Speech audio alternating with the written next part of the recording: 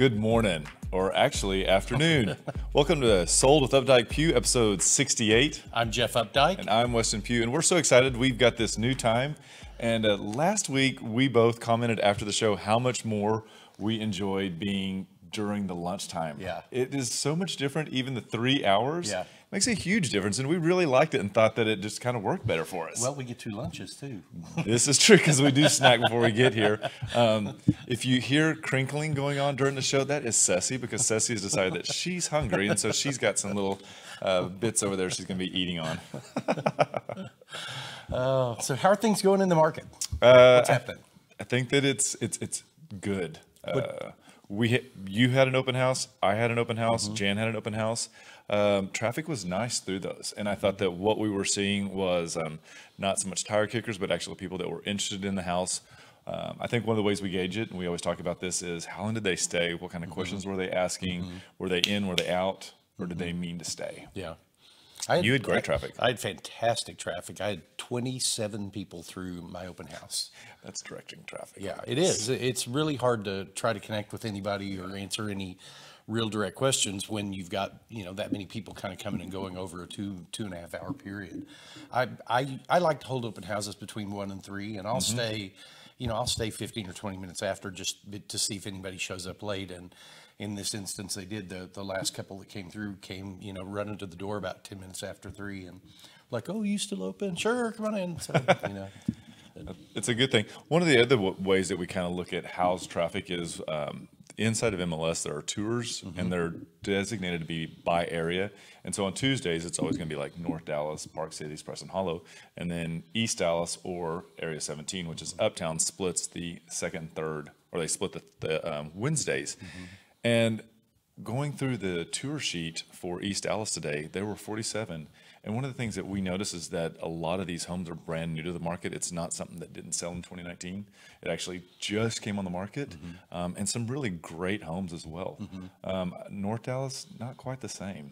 It's interesting in North Dallas market because I still think, while that tornado had, a very specific path, I think the ripple effect of it has caused people to not, jump to get their homes on the market as quickly as possible, because they do have, you do have to kind of drive through Beirut sometimes to get to a nice neighborhood. But there are a lot of those, a lot of those people that are now beginning to cash out or already selling the lots and, kind of moving on down the road, because they know long term there, it doesn't, somebody was talking about this with us yesterday, that it doesn't make sense to put $350,000 or $400,000 back into a house onto one of those lots that is not going to be contiguous with what is really being built over there. So absolutely. And a couple of weeks ago we had after the storm, we had Ches Bostic from ABBA Public Adjusters on, and he's actually working with even 2 of the agents that are in our office, and they seem to be really pleased with him. And I think one of the agents actually picked him up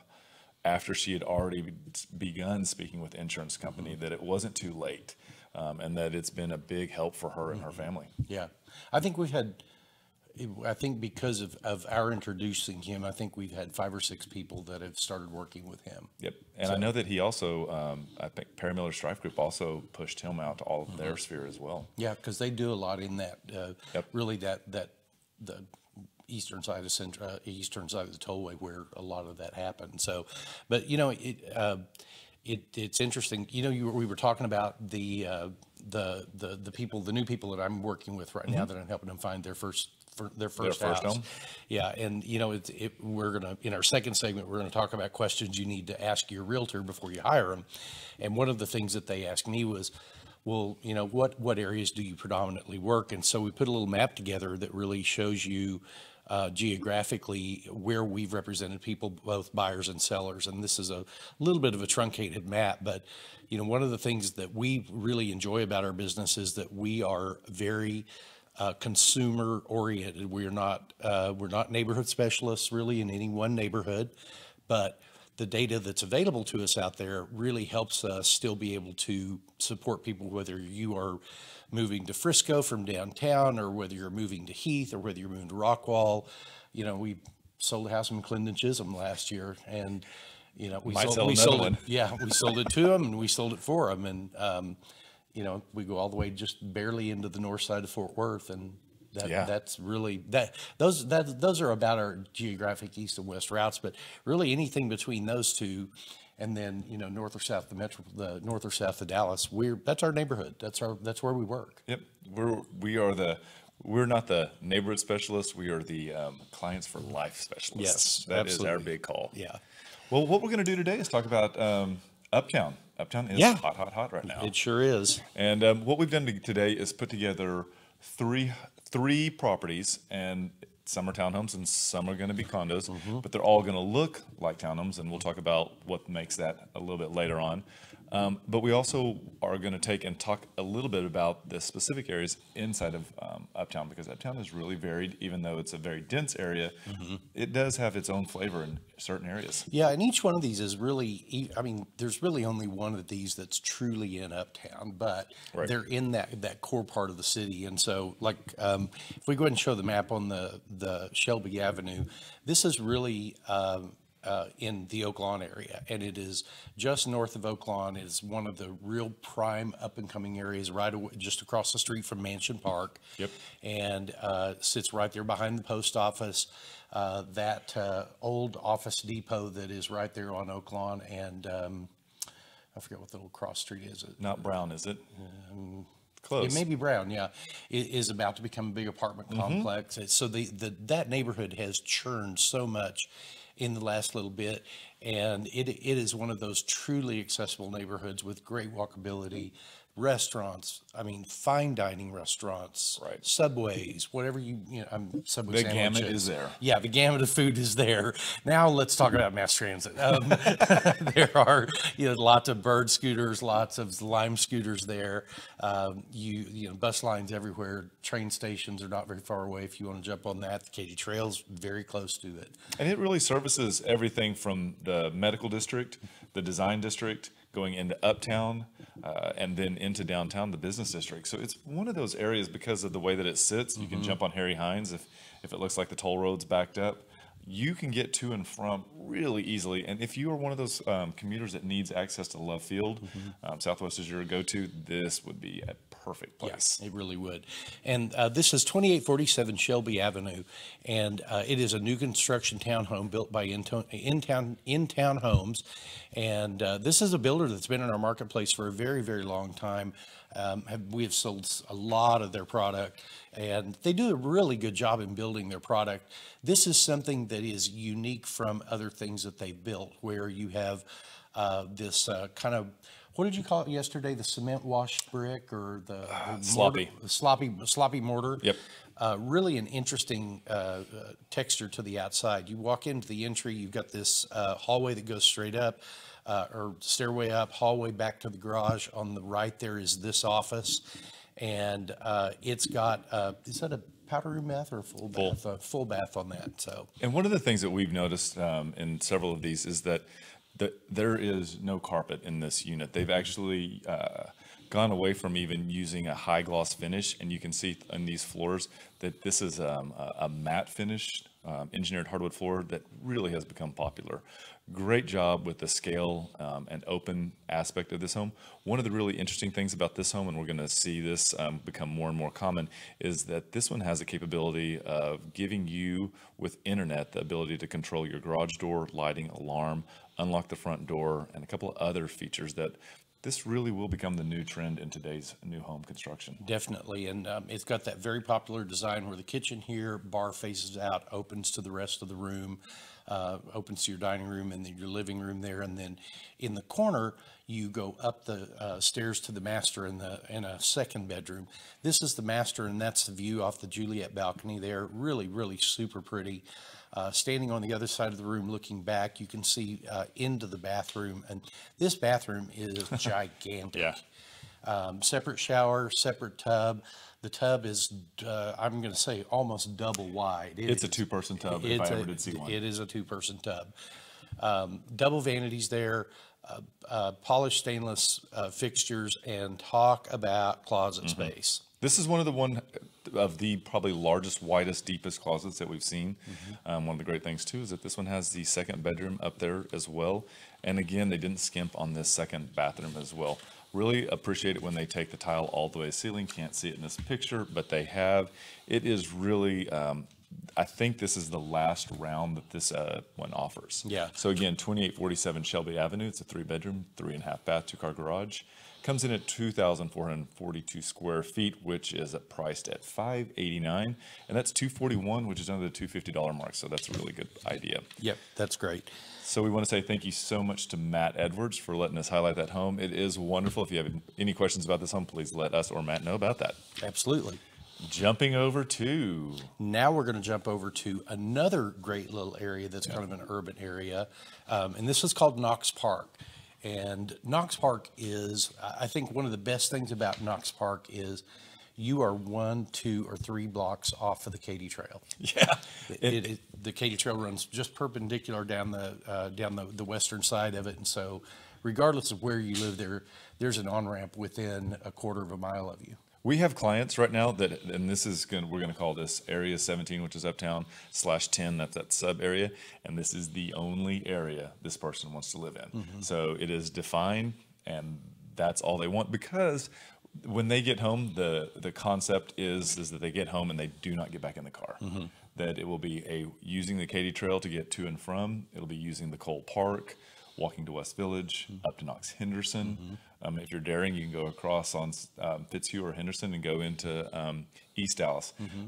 But you don't have to get back in that car. Yeah.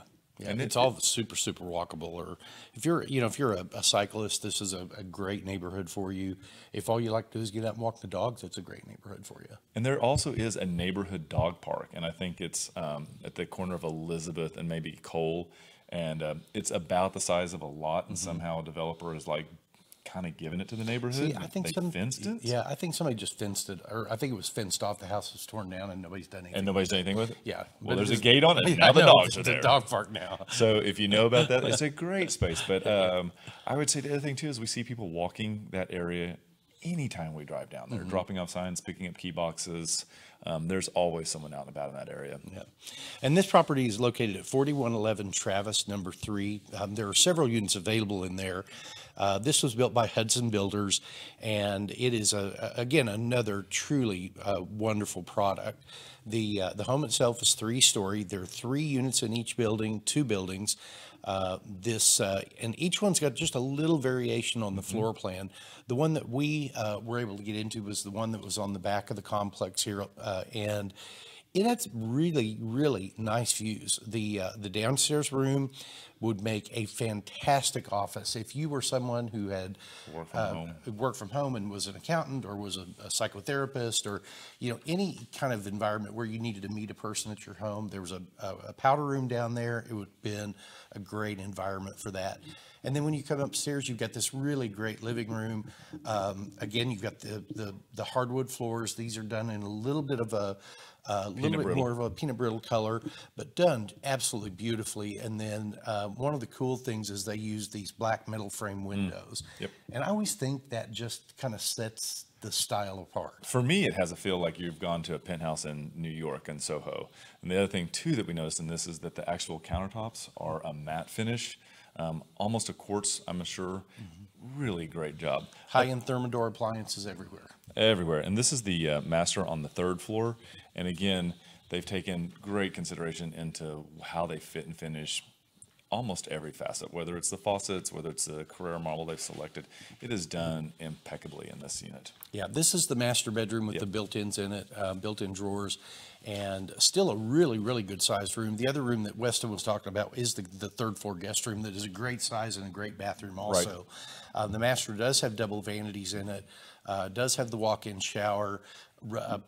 I'm sure the custom cabinetry was all built on site there, and great outdoor space. Yeah, because this one is actually the end unit at the back of the complex. Mm-hmm. It has just a little bit more space than does the rest of the units, which really you could appreciate. Also, being a little bit further away from the street, being having that private element, mm-hmm. and again, getting more windows in one less neighborhood. This is one of those key elements. Yep. And so this is a 2-bedroom, 2 full bath, 2 half bath, 2-car garage, 25 square feet. It's going to vary just a bit depending on the unit.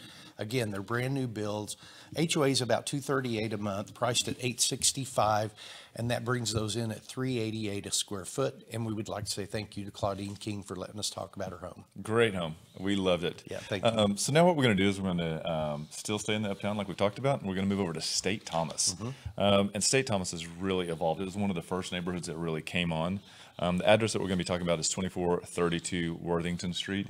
And we actually sold directly across the street years and years ago on Hibernia. And Hibernia was, we thought, great, but there were still some vacant lots in the area. There's no vacant lots anymore over there. Yeah, there's nothing. Perry Homes really, this was probably, this State Thomas area was probably one of the most successful areas they ever built in, because they hit it at the right time. The land prices were still relatively cheap, and they built a very good product. It was, the one thing I'll say that's kind of a negative about some of the Perry Home products that we've been in is they do feel very traditional for that being such a contemporary neighborhood or a more modern neighborhood. But many of the units have been done very, very nicely. And the one we're looking at today is a really good example of that. And I think that's why you and I both agreed that we wanted to highlight this one, is because there are going to be more and more of these products that come on, and maybe someone's thinking about doing a little work to theirs. And this is one of those homes that we felt like covered all of the elements that we would think needed to be addressed. And so we'll go ahead and jump right into this. The outside of this is going to be one of those traditional looking brownstones that are so popular. And this is one of the ones that is actually going to be considered a townhome. So you own the ground below you. HOAs on this one come in relatively low at $975 a year. They just have that classic feel. When you come in the front door, you've got a really big entryway, which is kind of a Perry Home signature feature. First floor bedroom. This is another picture of the entryway there, sorry. As you head upstairs from this, you enter into this really, really big open living room. True hardwood floors, have a little bit of honey finish on them. Gas fireplace with a granite surround. See how this has a little bit of a traditional feel to it, but it's all been painted out. Yeah, and they did, because so many times you'd walk into these things, and we used to call it builder beige or a tan, and they've really kind of neutralized that and really brightened up the trim that they've used. This one, again, you're going to have the living room on one side, and then as you transition to the half portion of it, you'll have the stairway, and then the second half will be where the kitchen is. And the kitchen was one of the big places where you could tell, because a lot of times they would use cherry wood cabinets that really kind of didn't play up. And right here you can see what a great job they've done of bringing in the white, bright, and light. They've also taken the backsplash, and they've come back with that marble granite that is key. Yep. Gas cooktop on it, 5-burner, just done extremely nice. This is the guest room up on the 3rd floor, and which has its own private bath there. And they've redone the countertops in this one also.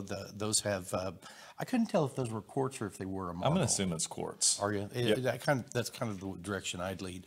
This is the master bedroom that faces off to the west. They've got the plantation shutters in there, which are really great for that side of it, because that is going to be the warmer side of the building. You have a small patio there that goes outside, and here's the master bath. And this was another one of those things that I think, really showed how much work was put into it. You can easily see when someone skimps on it and when they actually nail it. And even the color that they used was to paint the cabinets. And that's almost what we call a penny tile that they used.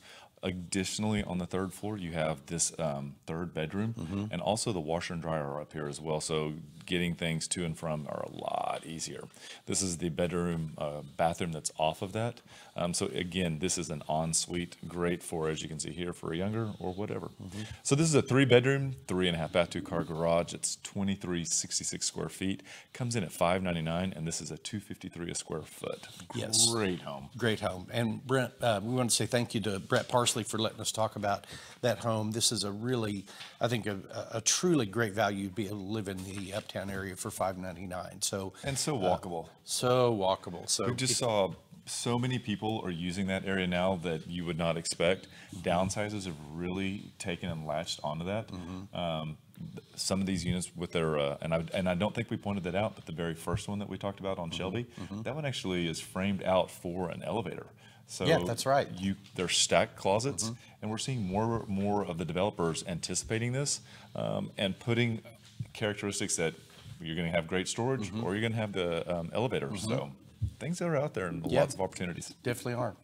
So I'm excited about our second half. We're going to talk about questions to ask your real estate agent. So we'll be right back. There are lots of ways to keep up with us. Visit and like our Facebook page to watch us live and get updates about future show topics. Also, visit our Instagram account where you can see the latest homes we have for sale. You can also check out our website at updikepugh.com where you can create customized searches of active and sold homes that you may find of interest. If you'd like to know how much your home is worth, visit homeprice.fyi and you can get a price instantly. Just enter your address and a couple of other pieces of information and we will email you a price. If you are on the go and podcasts are better for you, our second segments are available on iTunes and Spotify. Last of all, you can reach out to us by phone or text at 214-377-2223. Hi everybody, well, welcome back to our second segment. Awesome. And I think that as things have progressed and the market has heated up, we've noticed that, and you've made a note about this, about the first time you met Danny and his girlfriend, and you said, hey, I might not be the agent for you, so let's kind of get to know each other and we'll see how it works. And I thought, that's a great way, a great topic for the second segment. And so we've kind of put our heads together and came up with questions that we think would be important before you actually decide and commit to working with an agent, whether you're buying or selling. They teach you in real estate school and they teach you in, whatever brokerage school that you go to, that you need to get a listing agreement signed or you need to get a buyer's rep signed. And at that point, you've got them as a client. And while the documentation on it, the legal part of the documentation, I think is really important for everyone. It's, our approach has always been very different in that we, a lot of times when we write an offer for someone, we're writing a buyer rep agreement for that one house, just because, if they don't like how we negotiate, we don't want them to be stuck with us. But, the other side of it too is if we don't like how they negotiate, we don't want to be stuck with them either. Because that agreement requires us to work for them as long as that agreement is. And, we've been around the block a couple times. That's true.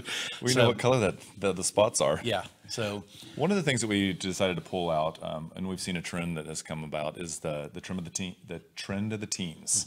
And in the last 5 years, that really has become a go-to. And you'll see sometimes a team has 2 people, and sometimes a team has 12 people, and you're like, how does that work? And so we kind of put some questions together that would be helpful if you're sitting down and having a discussion with a member or with a group on a team. So one of the first things that we wanted to talk about is when you're actually sitting down with that person, are they the ones that are going to be representing you and working with you? Are they your primary contact? And I think it's so important because that may not be the case. The person that actually is there may actually be handing that off directly, and it may be an agent that you've never even met or didn't know worked for them is now your primary contact and is going to be the one handling so much of that transaction. Yeah, it can. I have heard a lot of people that have been surprised with how some teams operate. One of the things that we do differently is there's 4 people on our team, and we all generate our own business. And the real benefit for the 4 of us is the way that we back each other up, and the way that all of our transactions are processed the same. All of our marketing is consistent, and but we still have that team thought.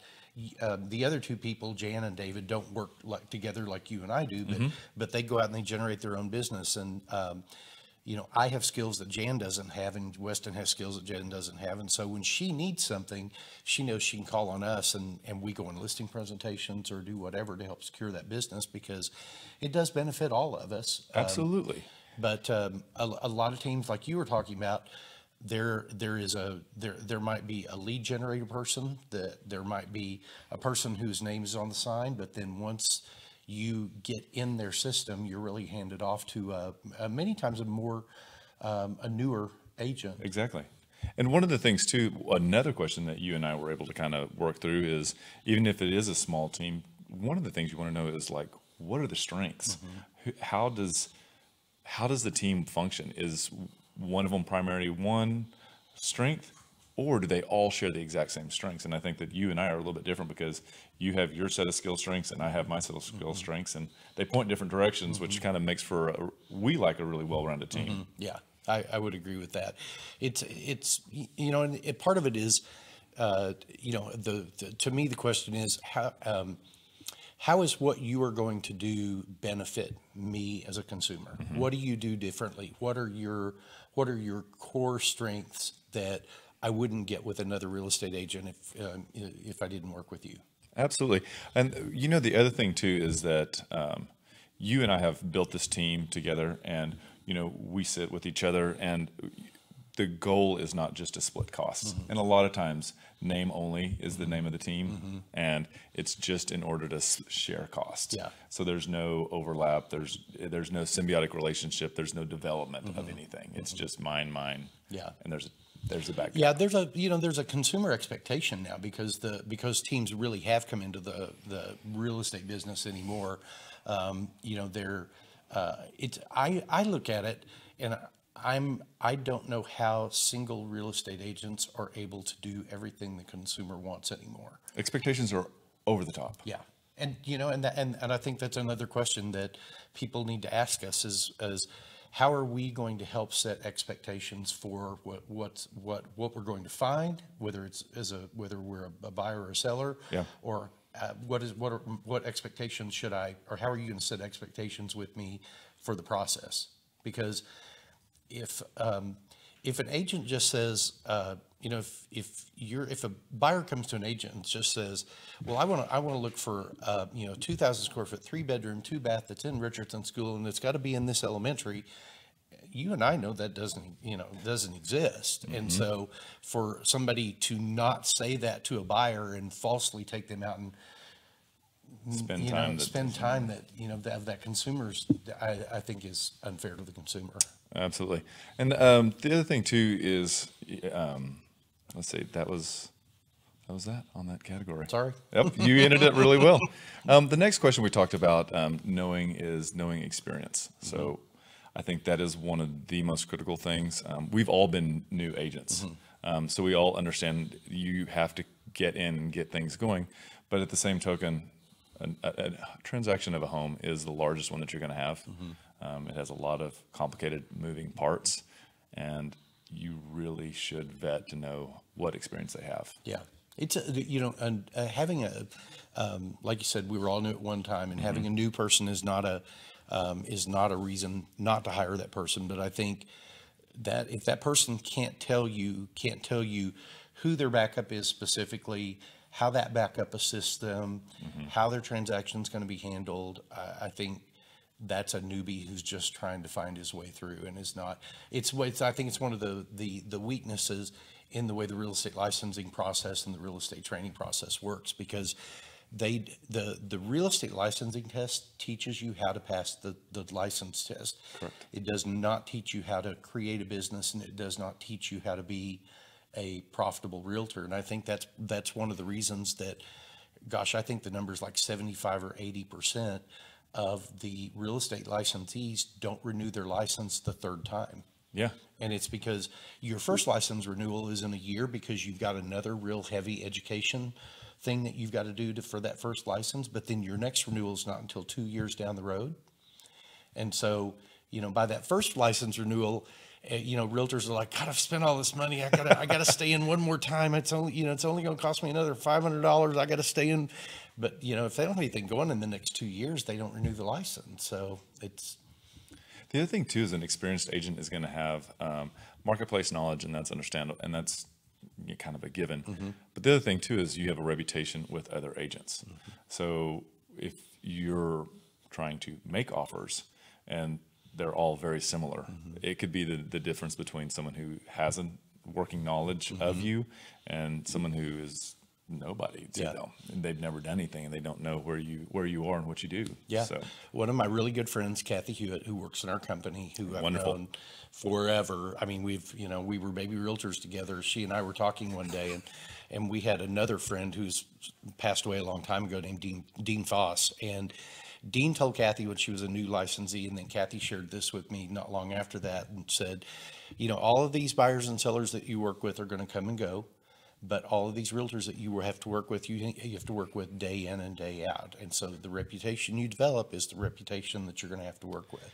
yes, you are, and you will carry it forward for a very long time. Yeah, we're struggling through something right now with somebody that we're not, we've struggled with before, and our buyer wants this property and we're doing everything we can, but it's a challenge. It is Difficult. a challenge sometimes. So But we knew it was. yeah, we knew it going in. We knew it was going in.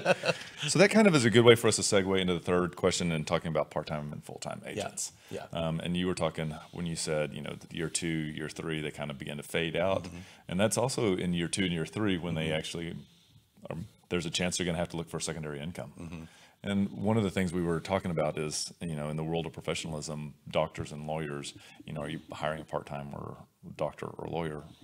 Are they there when you need them? And I think that's a critical thing, especially as we move into the spring market. When things move really fast, sometimes it's not enough to be there on day one. You need to be there within the first hours. Yeah, there are a lot of business models out there with brokerages that are transaction fee based business models, and I'm not disparaging them because there's a lot of business models that are very successful in the real estate business. But if you're a brand new agent and you've chosen to go into a business model where you only have to pay a very small flat fee for every transaction you close, you're not getting the same kind of guidance that you are when you work with one of the full service brands that offers training to their agents. And that, Right. and our company isn't the only one that does it. There are a lot of really good companies that do, but I feel like if somebody tells you that they are with the fastest growing real estate company, those words to me are automatically a red flag that so if you're the fastest growing, that just means people are joining you faster, but it doesn't really mean anything else. Correct. And I think what we just said, agents have reputations, brokers have reputations. Yes, they do. So again, these are really important questions, and your neighbors actually will have insight too about their transactions and about what happened when Sally and Joe sold their house down the street. So I mean, these are really important questions that everybody should be asking. Yeah, there's and I'll finish up with this. Just I can't remember if we have number 4 or not, but the .com days that we all experienced in the 90s are about to be here in the real estate business as Correct. well. It's already started.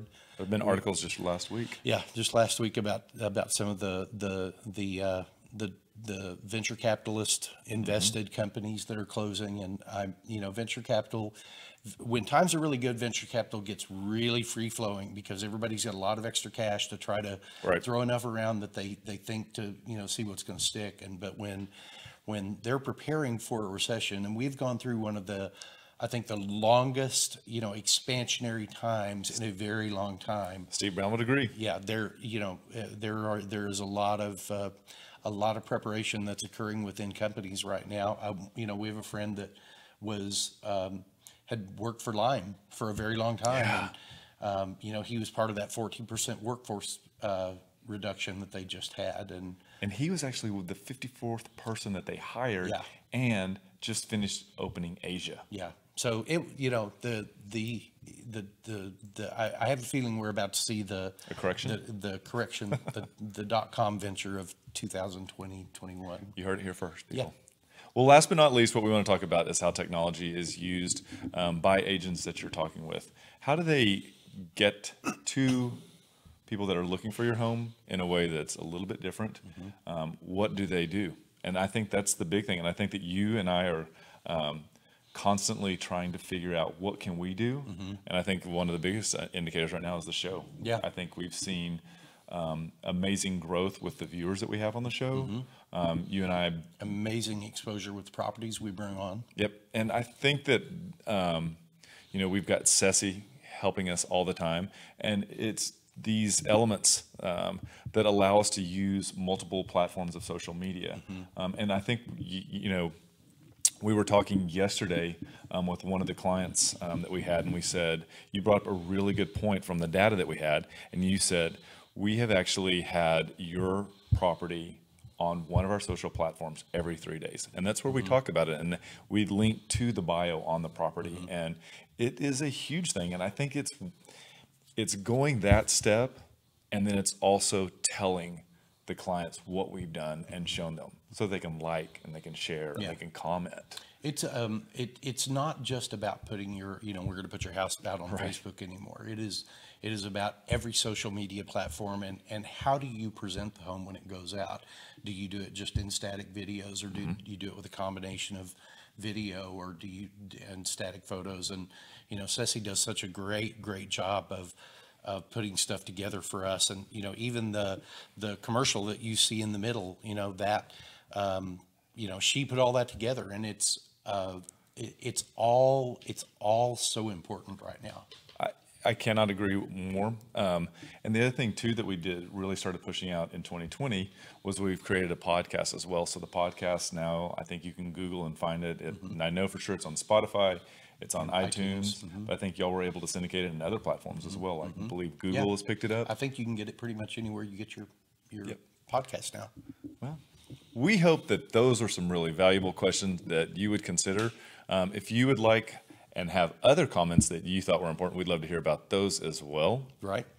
Thank you for tuning in today. We really do appreciate it, and we hope to see you again. And remember, we want to be realtors for life.